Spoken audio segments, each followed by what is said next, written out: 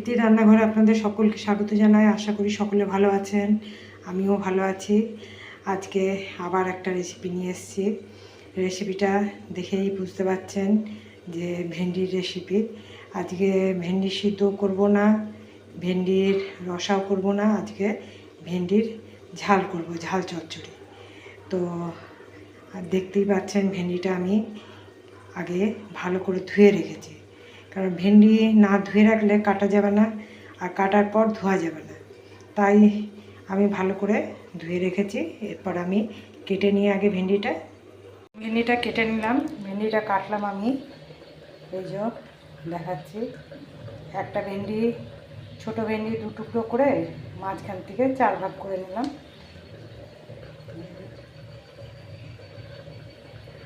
এইভাবে কেটে নিলাম। এরপর আমি গ্যাসে কড়া বসাচ্ছি।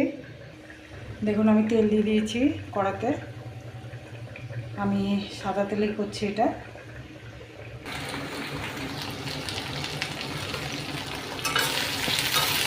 আর ভেন্ডিটা বেশ কিছুক্ষণ ভাজবো।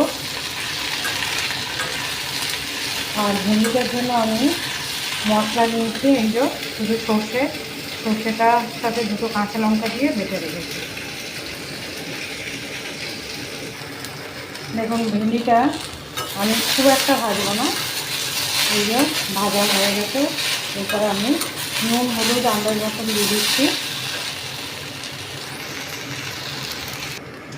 দেখুন নুন হলুদ দিয়ে দিলাম আমি আন্দাজ মতন। এরপরে আবারও একবার ভালো করে সবগুলো মিশিয়ে নাড়িয়ে নিচ্ছি।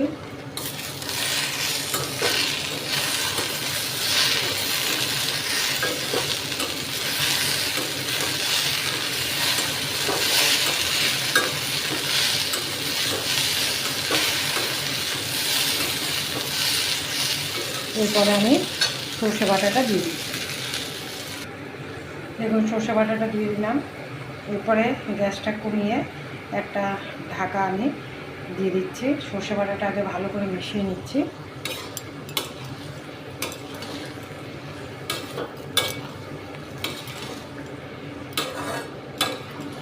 একদম ভাজা ভাজার মতন করব, মানে গরম ভাত দিয়ে খেতে সত্যি খুব ভালো লাগে।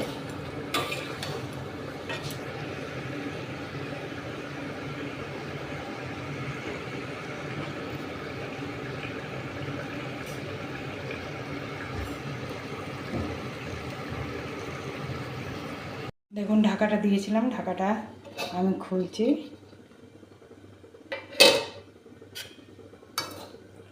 আর দেখুন বললাম একদম ঝরঝরে করব। আশা করি ভালো লাগলো। যদি ভালো লাগে তাহলে অবশ্যই একটা লাইক করবেন, শেয়ার করবেন, সাবস্ক্রাইব করতে অবশ্যই ভুলবেন না।